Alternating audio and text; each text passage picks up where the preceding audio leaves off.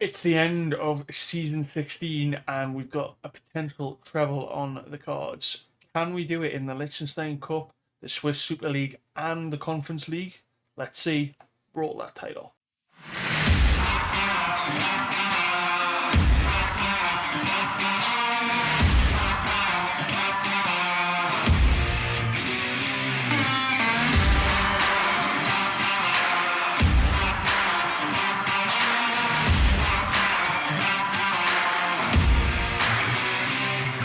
Welcome back, everybody, to episode 64 of the Liechtenstein Challenge, and I just wanted to show you how things have been looking with regards to the Super League. So, we finished off last episode with regards to Vaduz on the back of the Winterthur win and the Lille victory at home in the friendly. Before the final game, before the league splits, I will show you how we've been doing in the Super League. We started off after the break with a win against Young Boys, Julian Foreman, Simon Beale and Danny getting the goals in a 4-0 victory at home to Young Boys. A tremendous victory, and it shows you how bad Young Boys have fallen in recent times. Basel then, after that, was a 2-0 victory thanks to Julian Foreman, who's been really good since coming back on loan from Chelsea. Unfortunately, we couldn't continue that against Zurich. It was a 1-0 defeat thanks to a goal from Hendrik Weber. But in February, we had a really good spell. We didn't lose a game. It was wins against Everton, Aarau, Thun, and Schaffhausen, all resulting in 3 points for Vaduz. Then in March, we had a draw against Servette, a 1-1 here at Charlie Awike, our loan signing from Man United, and Irakose getting the first goal for Servette. We then followed that up with a comfortable victory against St. Gallen. It was a goal from Javier Howe, who scored in the 30th minute, 22 shots, 9 on target, and you can see from the stats we thoroughly deserved this victory. And then the final game of March, we got a 0-0 draw away to Luzern. And the two games before the Basel match were Winterthur, which was a 1-0 victory at home thanks to Daniel. And then a 3-0 victory away from home against Young Boys. Afolabi and Doria getting the goals for us quite late on. But as you can see from the stats, we thoroughly deserved this victory. This is how things are looking at the cut-off point before the league splits into two. Luzern have just drawn with Thun 2-2, and if I'm not mistaken, if I go to overview, we have technically, even though it's not updated on the league, came in first because there are only 5 other matches for the remainder of the season, whether you're in the championship group or the relegation group, and you can only get 15 points out of that. And as far as my maths goes, we've got 1 more point than Luzern, so we could lose every single game and we'd still be first in the league. So it is a tremendous well done to the team that we've got into this position, and it means I can relax my players going into these next 2 legs in the Conference League semi-final. This is how the league is looking just after the split, and as you can see, neither Basel or Young Boys has made it through to the last 6 teams in the championship group. So it's Aarau, Luzern, St. Gallen, Winterthur and Zurich. Let's have a look at the league. So Basel did beat us in the final game. That gave them 43 points, but it's not enough to get them into the top 6. It looks like it's going to be Luzern's title to lose. They are 11 points clear of Zurich, and they're going to have a monumental collapse for them to concede the title to either Zurich or Aarau. What I find really surprising, and it shows you how bad Young Boys have been this season, they are currently in the relegation playoff. It's only Servette that are above them by 1 point. Then there's a specific gap between Servette to Thun, which is 4 points. I think Everton and Basel will be fine. Schaffhausen, unfortunately, are already down already for themselves. Let's just have a quick look at the Challenge League. So Jamax and Ville are top. Koreans, who are consistently in with a shout for getting qualified for the playoff rounds, are currently in third. Lugano's in fourth, and then you've got usual suspects who have been in the Super League in terms of Stade Lausanne, Ushi, Sion, Lausanne, and Grasshoppers. Delamont and Cham look to be the teams that are going to be fighting against relegation to the third tier of Swiss football.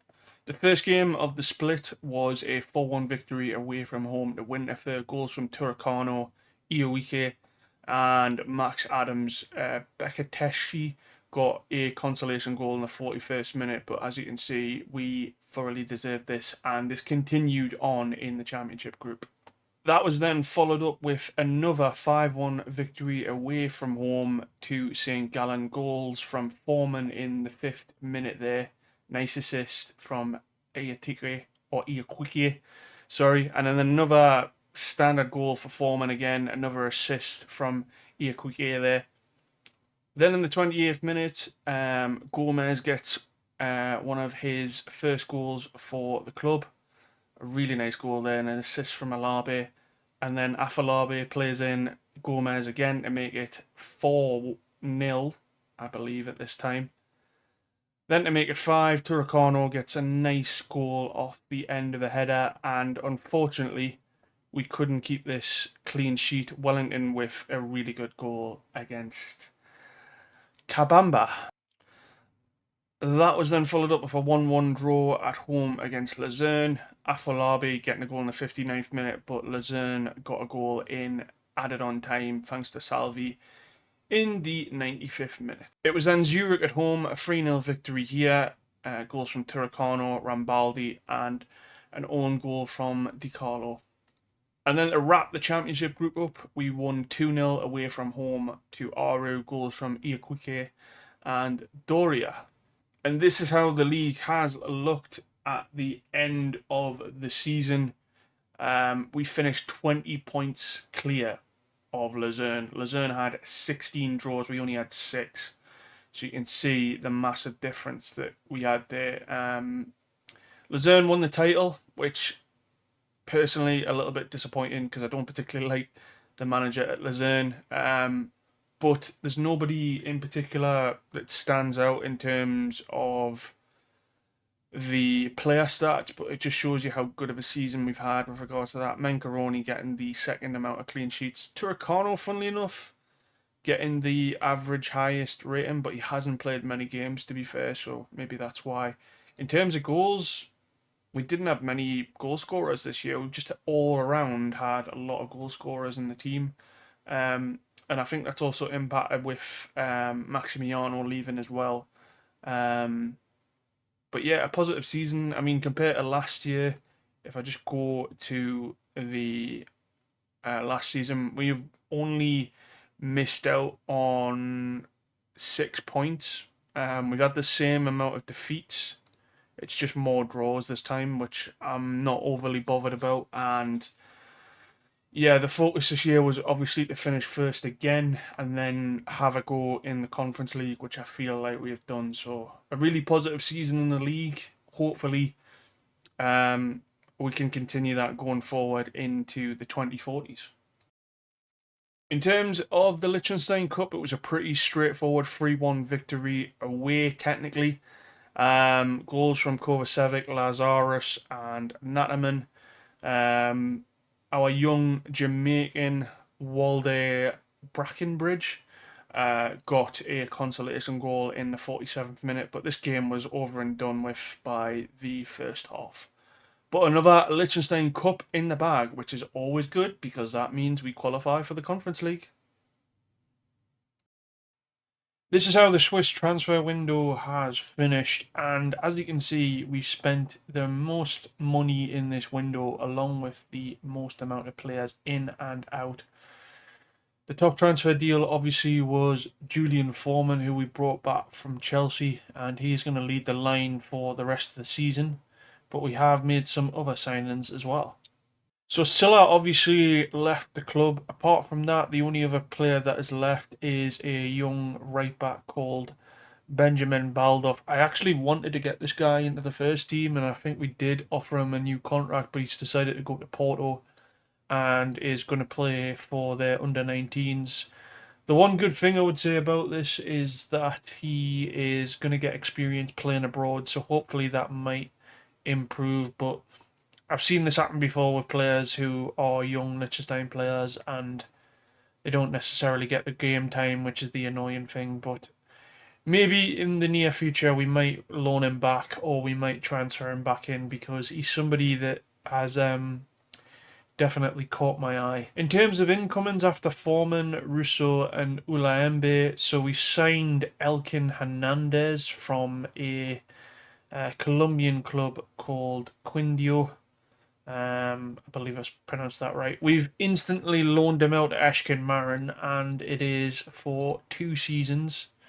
So that is till 2040 at least, which means the Liechtenstein nationality is going to go up a little bit, which is really good, and it means potentially I'm going to keep a hold of him for a much longer time with that. Then we signed Rodrigo Marin, who I've had on the shortlist for quite some time, a 22-year-old from Chile, signed from Universidad Catalina.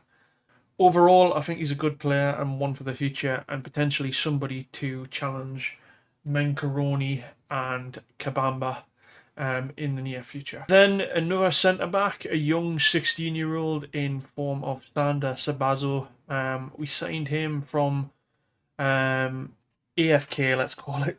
We also did sign another Romanian player from this club a few seasons ago and went on to do better things at Man United. But I think overall, he's definitely one for the future, and the fact that he's a realist and the height of him is 6'7" is a good potential, and he's got the potential ability of 3 to 4 stars. I think that can go up as well with him being 16 years old. I'm going to try and get him out on loan to one of the Liechtenstein clubs, but if that doesn't work, it's just a case of loaning him out for the next 2 seasons, I would say, before that sort of 18 hits and he can get Liechtenstein nationality. We re-signed Ricardo Rambaldi. You may recognise him from a few seasons ago. We signed him from Korea in Spain for 115k. He did okay for us, nothing spectacular, but Inter came in with a stupid offer and signed him and didn't play him for 3 seasons. He actually only played 1 non-competitive game and only 1 sub-appearance as well for Inter. He never got a loan deal. The only thing with this is that we miss out on obviously the percentage of profit and the other add-ons, but the fact that we've only signed him for 1.8 million when we sold him for 10.5 I think is a real bargain, and he's going to be leading the line for us in the future. And as well, we also have the fact that he's got the Liechtenstein nationality still, so the eligibility is going to take a little bit longer, but if he's going to stay here for those 1,052 days and he becomes a Liechtenstein national, then all good for it, I say. But in the end, if that doesn't happen and somebody big comes in for him because he's only 23 years old, then so be it. And we signed Andre Gomez from Young Boys. This guy's been on my shortlist for quite a while because he's a Swiss homegrown player and is under the age of 21, so he doesn't have to be registered this season, which is fantastic. And as well, you can see from the potential, he has 4 to 5 star potential. We've only spent 9.75 million on him, and to be brutally honest, I'm being a bit bold with this, but I think we stretched our muscle here and basically just put Young Boys under pressure with signing him. Good overall player on a lot of money, is a star player already. Hopefully, I can see this guy becoming a long-term player for us in the future, and as well, maybe we can get that status for Liechtenstein nationality. I'm sort of hoping for the best there because I suspect that Portugal or Switzerland may have other ideas in picking him up. The final signing was Charlie, I can't even pronounce that last name, Iaquike. I'm just going to go with Charlie for the time being, but he's on loan from Man United. I'm forcing him to play out on the left-hand side because we need somebody on the left-hand side. There is the option to sign him on a permanent deal. Now, it is 24.5 million, and if we do get Champions League and he has a good season, I might consider him being signed because he's not a national for England yet. So that's the reason why we've gone in for him. It's only on a short-term loan anyway, and it's basically to shore up the numbers in the team and improve the quality of the team in the Super League, and hopefully we can get him into the Conference League just like Andre Gomez, because they're not going to play at the moment because they are not registered. But that is the transfers for the 2038-39 season. We've sold a lot of players, but we've also brought in, I would say, a bit of quality this season. So it's going to be interesting next year whether or not we get Champions League to see how much we spend next year, because I'm trying to build a team that is going to be competitive in the Champions League and the Conference League now. Just after the Liechtenstein game against Scotland, we got the intake for new players for the 2039 season. Interestingly enough, it's not a brilliant intake, but one thing I will say is Gabriel Castillo, Liechtenstein and Venezuelan. An interesting combination, to say the least, but even though he's unambitious, somebody potentially with decent potential there, which I think is alright. Disappointed it's a poor intake. Some of our good players, I say good players, there's not many in particular. Just having a quick look now. I think we will be doing a case of signing all of these players up. I mean, this guy, Beno Serwinski, I mean, he says he's Liechtenstein, but that looks like a Polish name, to be fair. But interesting. Born in Shan. Roman Gerstenmaier. There's not particularly anybody else who's... Daniel Sommer. There's not particularly anybody that stands out. So a bit of a poor, not great first intake, but I will give this guy a little bit more time. George Leon or George A. Leon, just to see how we do basically. But it'll probably be the case that we sign all of these guys because I think the under 18 team, yeah, is quite bare, and we could do with some new players in the side, but not the best intake, but definitely one for the future. Maybe Gabriel Castillo, we'll see. Hasn't declared his nationality though, which is a bit annoying. We will try and fix that. Our first match in the playoff round was against Hajduk Split. We got a 1-0 victory away from home here. Wasn't as comfortable as I would like, but we took the goal back to Vaduz, which was really positive. We made it up for this though, but it was an uncomfortable first half with Hajduk getting a goal in the 29th minute thanks to Marino. But in the second half, we pushed really hard, and in the 74th minute, Simon Beale gets a lovely goal from Francisco Javier there. Then in the 80th minute, Daniel passes the ball to Clavero here, and then back to Daniel, and it was an absolute screamer from the Brazilian centre-back. And then to wrap it all up in the 84th minute, Javier Howe plays a lovely ball into Doria, and he gets the header to secure a 4-1 victory on aggregate. Our next tie was Motherwell from Scotland, and we won this game 4-1. I was really worried about this game, but Foreman eased my nerves in the first couple of minutes. Motherwell were okay in the first half, I thought, and Motta plays a ball into Nicholson here to make it 1-1. In the second half, though, we did what we did against Hajduk. We turned it on. Simon Beale here, a lovely goal and a nice assist from David Luiz there. And then the 61st minute, David Luiz almost scores a free kick, but Foreman gets the rebound. And then in the 78th minute, David Luiz, who's probably the player of the match, plays a lovely ball into Doria and it just opens up the defence. And we took a 4-1 aggregate victory to Motherwell. We did the business in Motherwell as well. Daniel with a goal in the 16th minute. But again, Motherwell didn't make it easy for us. Hutchinson plays a ball into Motta, but Thompson gets on the rebound and Menkaroni can't save it.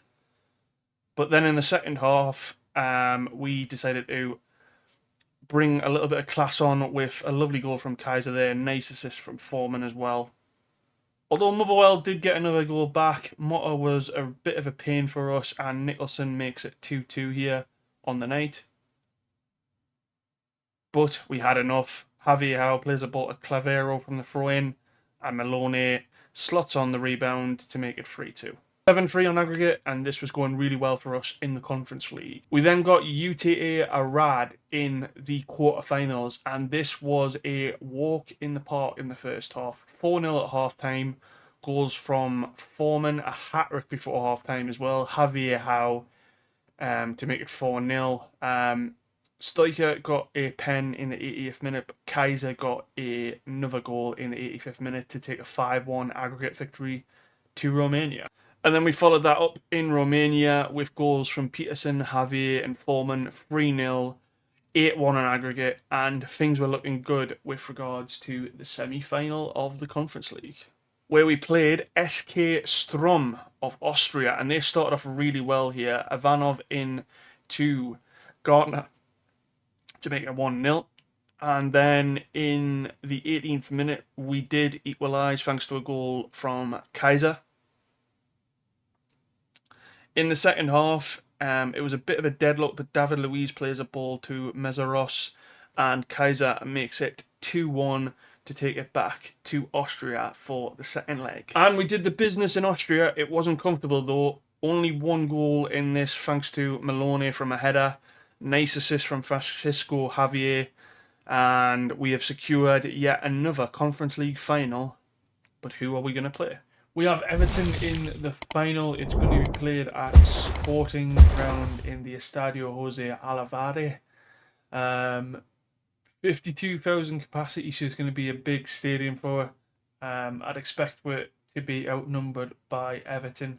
But looking at things with regards to the other European competitions, Lyon have won the Europa League, and it is going to be Real Madrid versus Inter in the final of the Champions League. And I've just had a look with regards to the continental competition places, and we are currently top of that. England are second and Italy are third.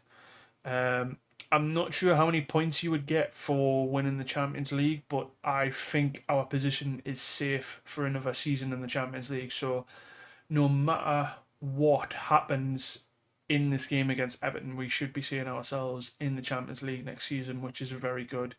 And it's something I'm always aiming for with the Conference League, because as you know now, we don't get into the Europa League. We get a bye into the Champions League because a team like Liechtenstein, or a team in Liechtenstein, should be not getting to that top coefficient place. But we are, and let's get into the team selection. This is the lineup I'm going to go with. It's pretty straightforward. There's only a couple of players missing from it. So it's Menkaroni in goal, Javier, Lazarus and Kovacevic in defence. The only cautious one, but I feel like I need to play him, is Clavero. He does have an injury at the moment. It is a pulled groin. But I feel like with his quality, we just need him in the game. But we've got enough cover on the bench to replace him if necessary. Blanco is going to be our DM, David Luiz. I've chosen Afolabi ahead of the likes of Javier Howe and Peterson, and also Turcano and Mezaros. Nyastad's just not there yet. He's 6 days away from injury.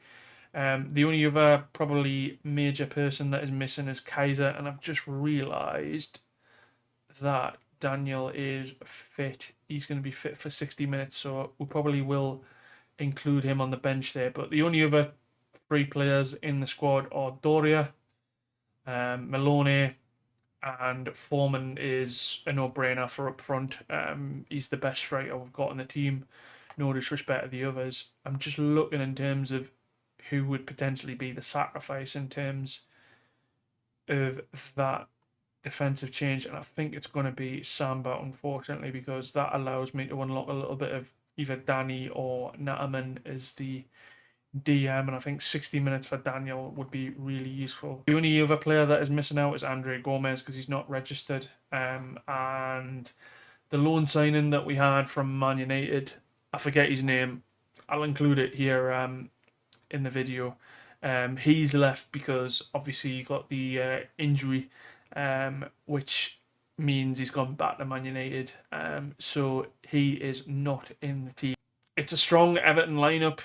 It's going to be like the game against Liverpool. I'm just going through the opposition instructions at the moment. But we've got Robin van Persie's son for Everton, and then it's Gouras, who is a Greek left winger who looks really good, and then it's Fabio, right winger. Then they've got Daniel Stacey alongside Bonifacio or I would say Bonifacio. He was a good midfielder. Daniel Kunz, who looks like a really good German central midfielder, had a number of caps for Germany there. Steve Lau, possibly the weakness in this team, I don't know. Pedro Thomas is somebody we're going to take advantage of just with that low composure and concentration to everybody else in the defence.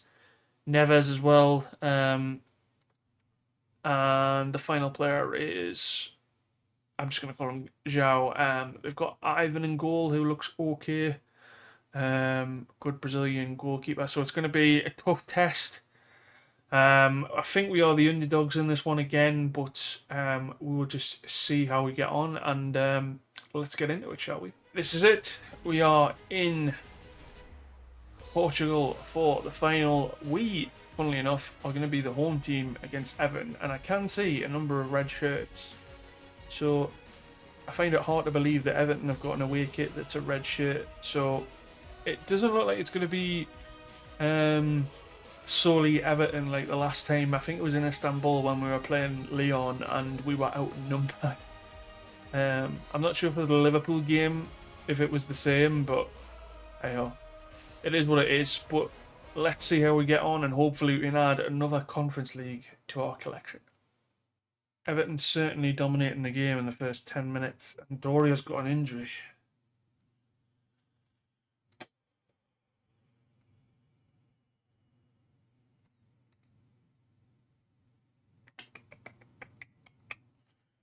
I am debating bringing on Alabe. That's a really bad injury. Tell you what, for the time being, let me just check the star rating. Yeah, it's going to be the same, Jamie. I tell you what, no, I'm gonna persist. I'm gonna give Alabe the chance up front, and he looks happy there.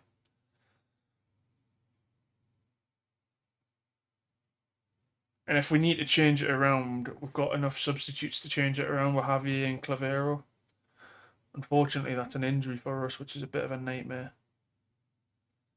Gouras for Everton. Van Persie, great save from Menkaroni, but that's another warning sign. And I think immediately what I'm going to do is we're going to go back to the 4-3-3, but it's going to be a more counter-attacking formation because we're just getting a bit blitzed here by Everton. It might be the case that I have to go into the direct formation. I'm going to leave it for 10 minutes or so. And if nothing changes, we're going to go to direct. If Everton keeps still having the chances, which it looks like they are, yeah, I think I'm going to have to change it. I think that's the only way we're going to get. I think that's the only way we're going to get the ball by playing direct. So I think Afolabi was on that position, wasn't he? There's ball pulling defender there. Maloney is better on attack, if I'm not mistaken, even though he's unsure at the moment. Yeah, he's definitely better on attack. Okay, that's what we're going to go with. We're just not getting any of the ball. I can see from the possession stats we're on 41% possession. And we need to get the ball higher at the pitch, so we need to have a shot, to be fair. I mean, Everton have just bossed with the game, even though the average positions, just looking at our heat map, we're much higher up in the pitch, but they're having a little bit more fun than us. Well, we have had one shot before half time, but we've made it into half time 0-0. I don't think that's too bad. I am going to say to them, I'm not happy with them. I really do need them to kick themselves up the backside.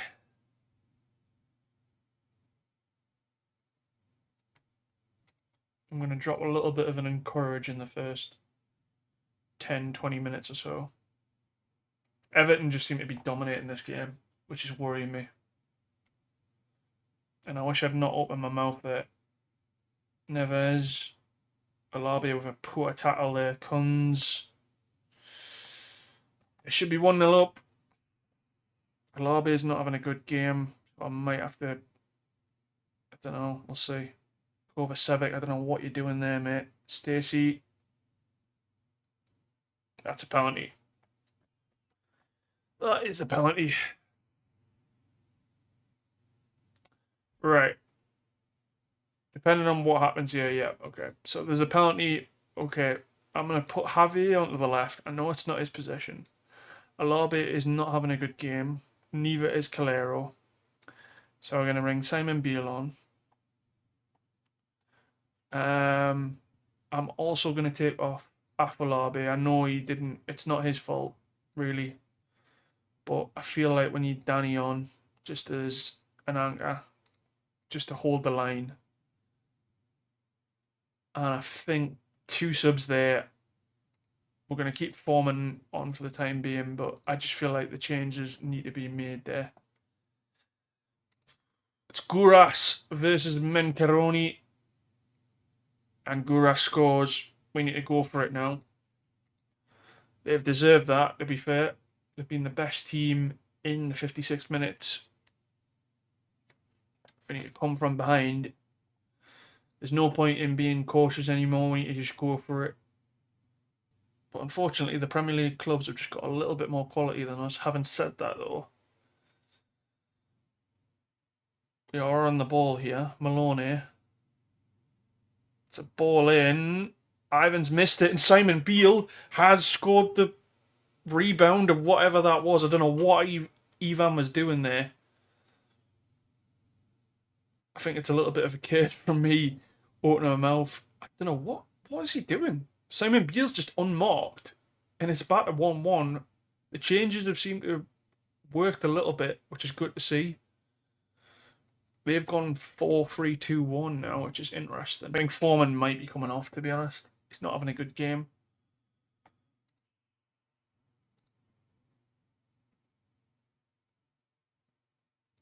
I'm not sure whether to just leave it now with the 85 minutes going, because we will get that extra sub.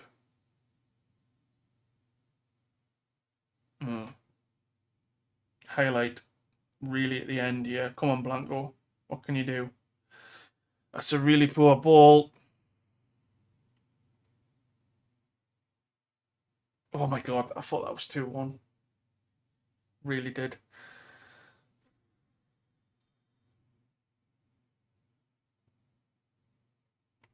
Okay.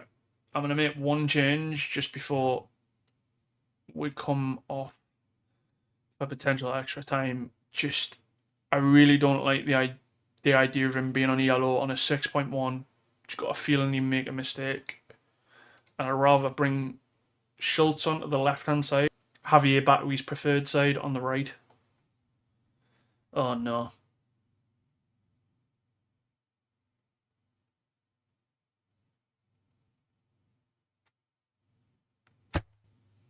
They've won it. That's annoying. Bring Javier onto his preferred side.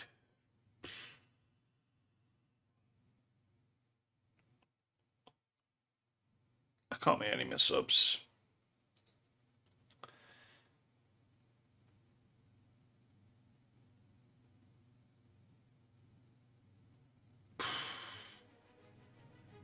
That was a bit good. That was worse than the Liverpool defeat. But we're now being beaten by both teams in Merseyside in the Conference League, which is...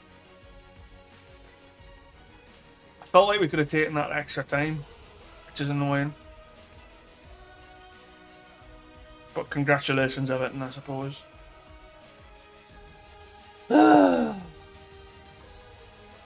Nearly had a second trophy. God bless Simon Beale. But Javier, man, what are you doing?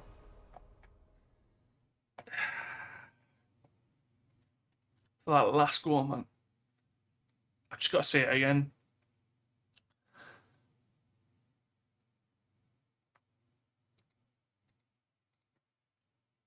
Yeah, players didn't have a good game in that final.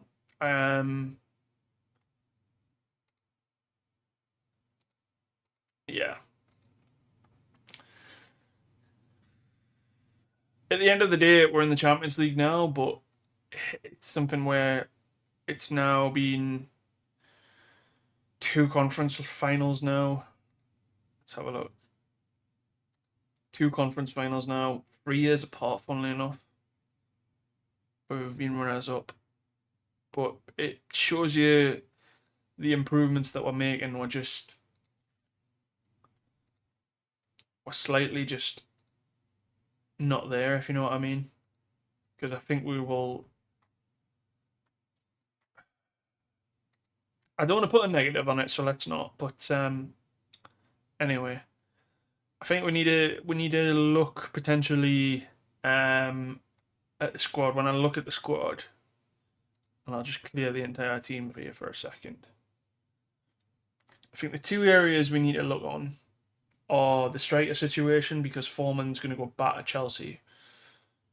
And I don't know if I can warrant 45 million, even though he's a really good player. He should be back at us. Maybe if he goes back to Chelsea and gets a new value, we'll see. And then the only other problem I have is, for a lot of the time this season, it's been Daniel, Kovacevic, and Lazarus as were centre backs. But I do believe we are going to solve that issue out of a new centre back coming in the summer. And then we also have to consider as well, Danny is very close to getting Liechtenstein potential nationality. Javier Howe's got that. Turakanu's decided that he doesn't want it, so he's potentially a one where I go like, do I keep a hold of him for another season, or do I let him go? And it'll be the same coming up with Samba as well. So Samba's only 80 days away. If Samba doesn't want that Liechtenstein nationality, I'm afraid, mate, it's time for you to go. I'm getting to a point with certain players where if they don't want Liechtenstein nationality and they're not going to develop like he has, then, you know, let's move them on. Like, we've got players that do want to play for Liechtenstein. And that's one of the reasons why I brought in Andre Gomez, because he's not being picked up by Portugal. He's not being picked up by Switzerland. So there's a chance, I find it highly unlikely that we will get him. But that's what I'm trying to do in terms of getting in players. I think next season is more Liechtenstein, or at least getting them in and then loaning them out stuff. I think Maloney is potentially not too far away from, 265, and he hasn't been picked up by Italy, which I find really weird. But yeah, I wouldn't be surprised if he goes.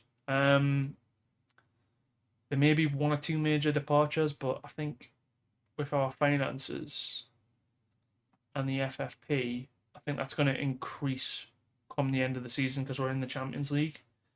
So maybe we can spend this budget a little bit more. I'd certainly like to if I can find a player. That's why I stretched my muscles to sign Andre Gomez. But we've got I would say, the gist of, or the cusp of a good team. It's just transitioning that team into the Champions League because we've had so many problems in the last 2 seasons where we haven't even won a game in the Champions League, and that's the next step, you know. I'm not expecting us to win the Champions League next year. We're nowhere near that. It's going to take us a couple of more seasons to get competent enough team for that, but I am looking forward to it. As I discussed in the last video, Javier Howe is now a Liechtenstein citizen, so in a couple of days he should get the Liechtenstein nationality, which will allow him to play for Liechtenstein, which is great. Just a quick one before I go to the end of the video here. I'm going to do the Sweden and Switzerland games next for the Liechtenstein games on YouTube. I'll probably also include the free games here. So we've got Gibraltar, Scotland and Slovenia, but I might miss out one of them and just give you the game highlights. We might do the 2 games at home against Slovenia and Gibraltar, because Gibraltar could be a one where we get some goals in it. Probably missed the game in Sweden. I probably missed the game at home against Sweden because it's one game in October, and then do the remaining games for the November period when I get the chance. I'm going to keep this separate for now, just because it's the first season of me doing the Liechtenstein national team. But let me know in the comments what you'd like me to see with regards to the national team, whether you want it so it's included in the general update, or if you want it separate, or if you want it separate and similar to how we've been doing things recently with Vaduz, where we're just splitting the season into half. Potentially you could do an entire season in one episode with Liechtenstein. So it's up to you folks. I do take your comments on board, and I also want to improve the videos as well. So let me know. But the next video will be Sweden and Switzerland for the Liechtenstein national team. It wasn't meant to be in the conference final, but we have secured another Champions League place and winning the Liechtenstein Cup, as well as finishing first in the Swiss Super League. So technically we've won the league. But a very good season, especially the fact that we finished 20 points above Luzern. I'm not overly disappointed at all that we haven't matched the target of getting the same points as last season. The goal this year was to retain finishing first, and I think we're becoming the real deal in Switzerland / Liechtenstein. But yeah, it'd be interesting to see the fact that we've got Champions League football and we beat Vaduz 2 in the Liechtenstein Cup. Does that mean Vaduz 2 gets Conference League? Because if it does, that'll be a mental. I don't think it does, but we shall see. If you have enjoyed the video and the series so far, please do make sure to drop a like and subscribe to the channel if you are new, and I will see you for the next episode, which will be against Sweden for the Liechtenstein national team. So take it easy, stay safe, bye everybody.